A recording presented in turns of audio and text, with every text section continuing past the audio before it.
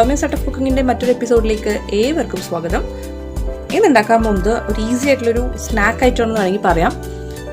അതായത് വെള്ളപ്പയർ അല്ലെങ്കിൽ വൻപയർ എന്നൊക്കെ പറയുന്ന ഈ സംഭവം ഉണ്ടല്ലോ, ഇതുകൊണ്ട് ഒരു മധുര ചുണ്ടലാണ് കേട്ടോ. അതായത് വൻപയർ മധുര ചുണ്ടൽ. അപ്പോൾ അതിനായിട്ട് ഞാൻ 250 ഗ്രാം, അതായത് 1/4 കിലോ വൻപയർ എടുത്തിട്ടുണ്ട്. പിന്നെ അരമുറി തേങ്ങ, 3 ഏലക്കായ, ഒരു 3 ടേബിൾ സ്പൂൺ പഞ്ചസാര, പിന്നെ 250 ഗ്രാം വെല്ലം, അതായത് ശർക്കര, പിന്നെ ആവശ്യത്തിന് നെയ്യ്, 2, 3, 4 ഇഷ്ടമുള്ളത്ര നിങ്ങളുടെ ഇഷ്ടം പോലെ നിങ്ങൾക്ക് ഒഴിക്കാവുന്നതാണ് കേട്ടോ. അപ്പോൾ നമ്മൾ ആദ്യം എന്താ ചെയ്യാൻ പോകുന്നത് വെച്ചിട്ടുണ്ടെങ്കിൽ ഈ വൻപയറിന് നന്നായിട്ട് വേവിച്ചെടുക്കണം. ഞാനിത് ഇന്നലെ കുതിർത്ത് വെച്ച വൻപയറാണ് കേട്ടോ. ഓവർനൈറ്റ് കുതിർത്തിട്ടുണ്ട്, അതായത് ഇന്നലെ രാത്രി കുതിർത്ത് വെച്ചതാണ്. ഇത് കണ്ടോ, നമ്മൾ വൻപയർ വാങ്ങുമ്പോൾ ശ്രദ്ധിക്കേണ്ട കാര്യങ്ങളാണ്. ഇത് വൻപയറൊന്നും അല്ല, ഇത് വേറെന്തോ സംഭവമാണ്, നല്ല കട്ടിയുണ്ട്. അപ്പോൾ ഇങ്ങനത്തെ സംഭവങ്ങളൊക്കെ കണ്ട എടുത്ത് കളയാം കേട്ടോ.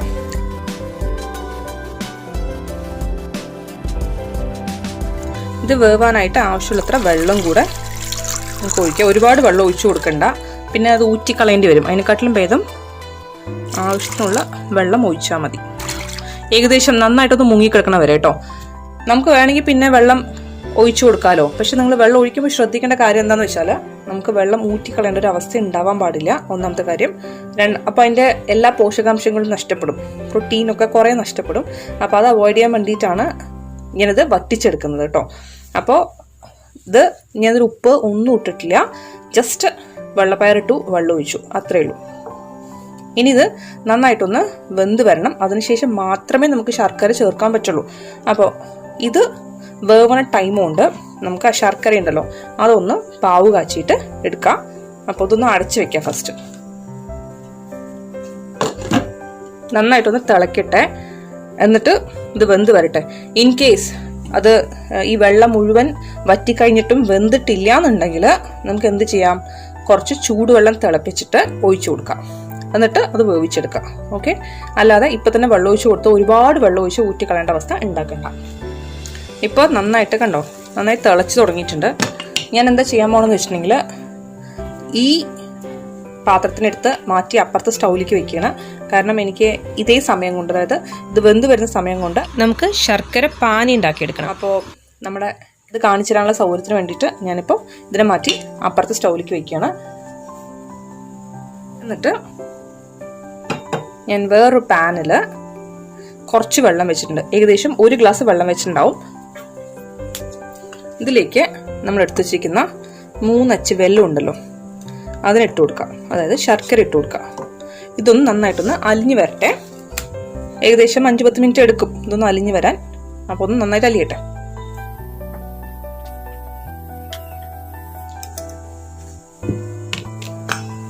നമുക്ക് ആ വെല്ലം ഒന്ന് ഉരുകി വരുന്ന സമയം കൊണ്ട് ഈ 3 ഏലക്കായ ഉണ്ടല്ലോ ഇതൊന്ന് പൊടിച്ചെടുക്കാം.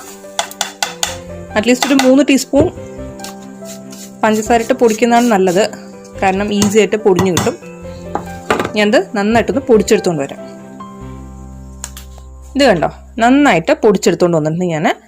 നമുക്ക് ഇതിവിടെ മാറ്റി വെക്കാം.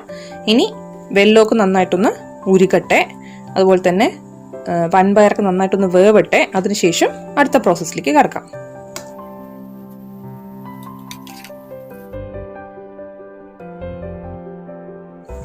ഇതിൻ്റെ അടിയിലുണ്ടല്ലോ കുറേ മണ്ണും ഒക്കെ ഉണ്ടാവാൻ ചാൻസ് ഉണ്ട്. അപ്പം അതുകൊണ്ട് എപ്പോഴും ഒന്ന് ഉരുക്കി ഒഴിക്കണതാണ് നല്ലത്. ഈ പതയൊക്കെ ഒന്ന് നന്നായിട്ടൊന്ന് കുറയട്ടെ. അതിനുശേഷം നമുക്കിതിലേക്ക് ഒരു 2 ടീസ്പൂൺ പാൽ ഒഴിച്ചു കൊടുക്കണം, അല്ലെങ്കിൽ കുറച്ച് 1 ടീസ്പൂൺ മുട്ടയുടെ വെള്ളം ഒഴിച്ചു കൊടുക്കുക. ഞാൻ ഇന്നേക്ക് പാലാണ് ഒഴിച്ചു കൊടുക്കണത്. പാൽ ഒഴിച്ചു കൊടുത്തിട്ടുണ്ടെങ്കിൽ നമുക്ക് മുകളിൽ വരുന്ന ഡസ്റ്റുകളൊക്കെ റിമൂവ് ചെയ്യാൻ പറ്റും. അതുപോലെ നമുക്ക് സ്റ്റെയിനർ യൂസ് ചെയ്തിട്ട് നന്നായിട്ടൊന്ന് അരിച്ചൊഴിക്കുക. അപ്പോൾ അടിയിൽ മണ്ണും പൊടിയൊക്കെ ഉണ്ടെങ്കിൽ നമുക്ക് അതും റിമൂവ് ചെയ്യാൻ പറ്റും. ഇതേ സമയം ഞാൻ അപ്പുറത്ത് ഇളക്കി കൊടുത്തുകൊണ്ടിരിക്കുന്നുണ്ട്. ഇതുണ്ടോ, ഞാൻ ഇളക്കുമ്പോൾ തന്നെ എനിക്ക് അടിയിൽ മണ്ണ് ഫീൽ ചെയ്യുന്നുണ്ട്. ഇപ്പം നന്നായിട്ട് വെള്ളമൊക്കെ അലിഞ്ഞിട്ടുണ്ട്, അതായത് ശർക്കര നന്നായി അലിഞ്ഞിട്ടുണ്ട്, വെള്ളത്തിൻ്റെ ക്വാണ്ടിറ്റി ഒക്കെ കുറഞ്ഞു. ഇനി എന്താ ചെയ്യേണ്ടത് വെച്ചിട്ടുണ്ടെങ്കിൽ, ഞാൻ ശർക്കര പാനി മാറ്റി. എന്നിട്ട് ഇത് കണ്ടോ, ഈ പയറത്തെ വെള്ളം കംപ്ലീറ്റ് ആയിട്ട് പോയിട്ടുണ്ട്. വൻപയർ ഫുള്ളി ഡ്രൈ ആയിട്ടുണ്ട്. ഇനി നമ്മൾ എന്താ ചെയ്യേണ്ടതെന്ന് വെച്ചാൽ ഇതിലേക്ക് ഒരു സ്ട്രെയിനർ യൂസ് ചെയ്തിട്ട് വെള്ളപ്പാവ് ഒഴിച്ചു കൊടുക്കാം. നമ്മൾ പാവ് കാച്ചിട്ടുണ്ടല്ലോ, അതിനെ ഒഴിച്ചു കൊടുക്കാം. എന്നിട്ട് ഇതിലേക്ക് നമ്മൾ ഈ പഞ്ചസാരയും ഏലക്കായും കൂടെ പൊടിച്ചിട്ടില്ലേ, അതും കൂടെ നമുക്ക് ചേർത്ത് കൊടുക്കാം.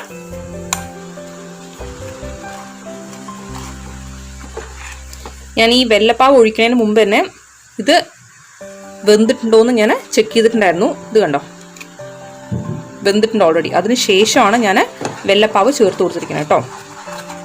പിന്നെ ഒരുപാട് പാവ് നന്നായിട്ട് മുറുകിയ ശേഷമല്ല ഒഴിച്ചു കൊടുക്കേണ്ടത്, ഈ ഒരു പരുവത്തിൽ തന്നെയാണ് ഒഴിച്ചു കൊടുക്കേണ്ടത്. എന്നാലേ ഈ പയറിലേക്കൊക്കെ നന്നായിട്ട് മധുരം പിടിക്കിടൂ. പോരാത്തതിന് ഒരുപാട് നമുക്കിങ്ങനെ കടിക്കാൻ പറ്റാത്ത രീതിയിൽ അങ്ങനെ എന്താ പറയുക, കടുകടുന്നാവുക പറയില്ലേ, ആ ഒരു സ്റ്റേജിലാക്കേണ്ട അത്. പിന്നെ നമുക്ക് ആ കഴിക്കുന്നതിൻ്റെ ഫുൾ ഇൻട്രസ്റ്റും പോവും, അത് മധുരയാവും.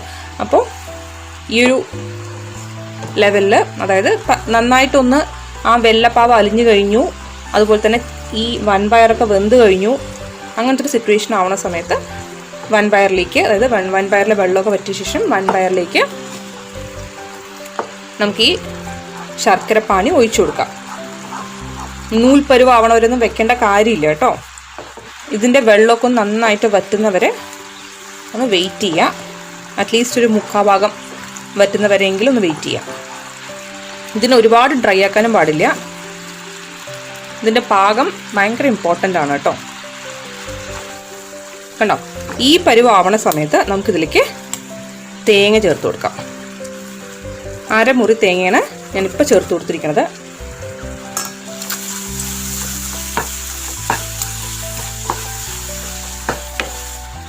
ഇതിലേക്ക് ഒരു 1-2 ടീസ്പൂൺ നെയ്യും കൂടെ ചേർത്ത് കൊടുക്കാം.